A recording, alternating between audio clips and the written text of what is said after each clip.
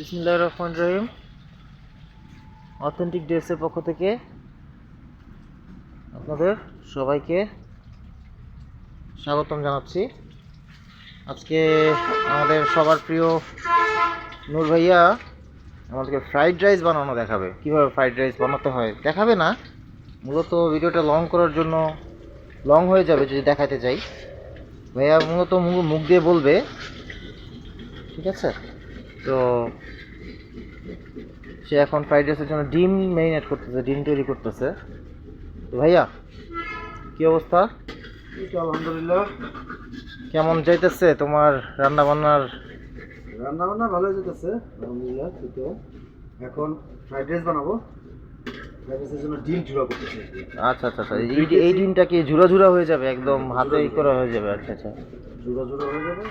আর 2 KG চাউলের fried রাইসের জন্য আমি 8টা ডিম দিচ্ছি। ওকে ওকে ওকে ওকে।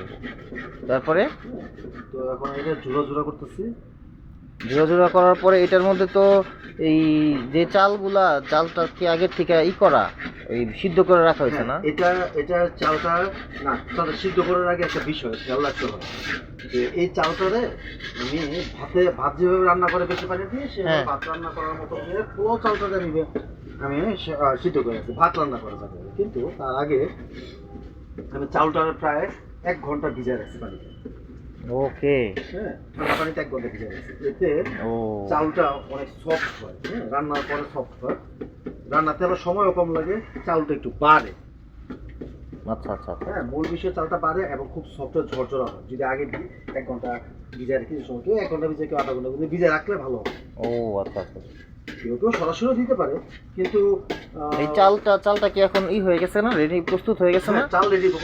কোথায় চালটা? এই যে এদিকে।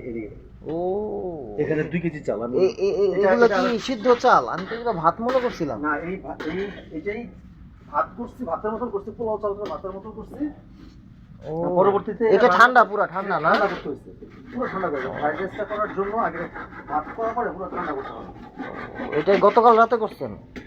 এটা না, ওই 1 ঘন্টা আগে করছি। 1 ঘন্টা আগে করে ঠান্ডা করতে দিচ্ছি, ঠান্ডা করতে হয়ে গেছে। আচ্ছা আচ্ছা, ওই আর কি কুমকুমা ঠান্ডা হলেই চলবে আর কি। হ্যাঁ।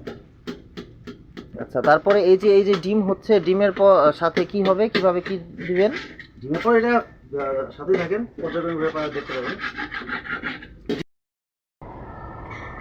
তো এরই মাঝে নূর সিরাজ ভাইয়ের রান্না হইতে হইতে আমরা এই ফাঁকে একটু প্রকৃতি দর্শন করে ফেলি। তো এটা হচ্ছে নয়াপুরের ছোট সাহেব বাড়িতে খামার বাড়ি, এখানে মাছ চাষ হয়। এই যে দেখেন এখানে পুকুরে কত মাছ এই চারি দিতেছে, ঠিক আছে? এই যে এটা বিশাল বড় দিঘি, এটার মধ্যে বিভিন্ন ধরনের তেলাপিয়া, পাঙ্গাস, সরপুঁটি, তারপরে সিলভার কাপ, ব্রিগেড, এইসব বিভিন্ন ধরনের মাছ ছাড়া হয়েছে। তো এই মাছ ছাড়ার বিভিন্ন জায়গায় খেলা হয়। আপনারা যারা আসতে চান, এই খেলার সময় আপনাদের নোটিফিকেশন দেওয়া হবে। আপনারা আমাদের পেজকে ফলো করে রাখবেন, অথেন্টিক ডেজ। তো এই পেজের মধ্যেই নোটিফিকেশন দেওয়া হবে যখন এখানে খেলা দেওয়া হবে। তো এই যে আমাদের ডিম ভাজা, নূর ভাইয়া ডিম ভেজে ফেলছে। আচ্ছা, এখন আমরা পরের স্টেপে যাব। তেল দেওয়া হয়ে গেছে। ওকে, প্রথমে রসুন কুচি। তেলটা গরম হয় না?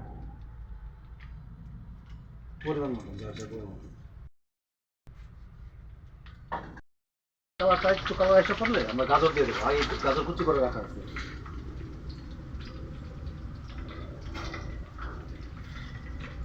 গাজর দেওয়া হচ্ছে না।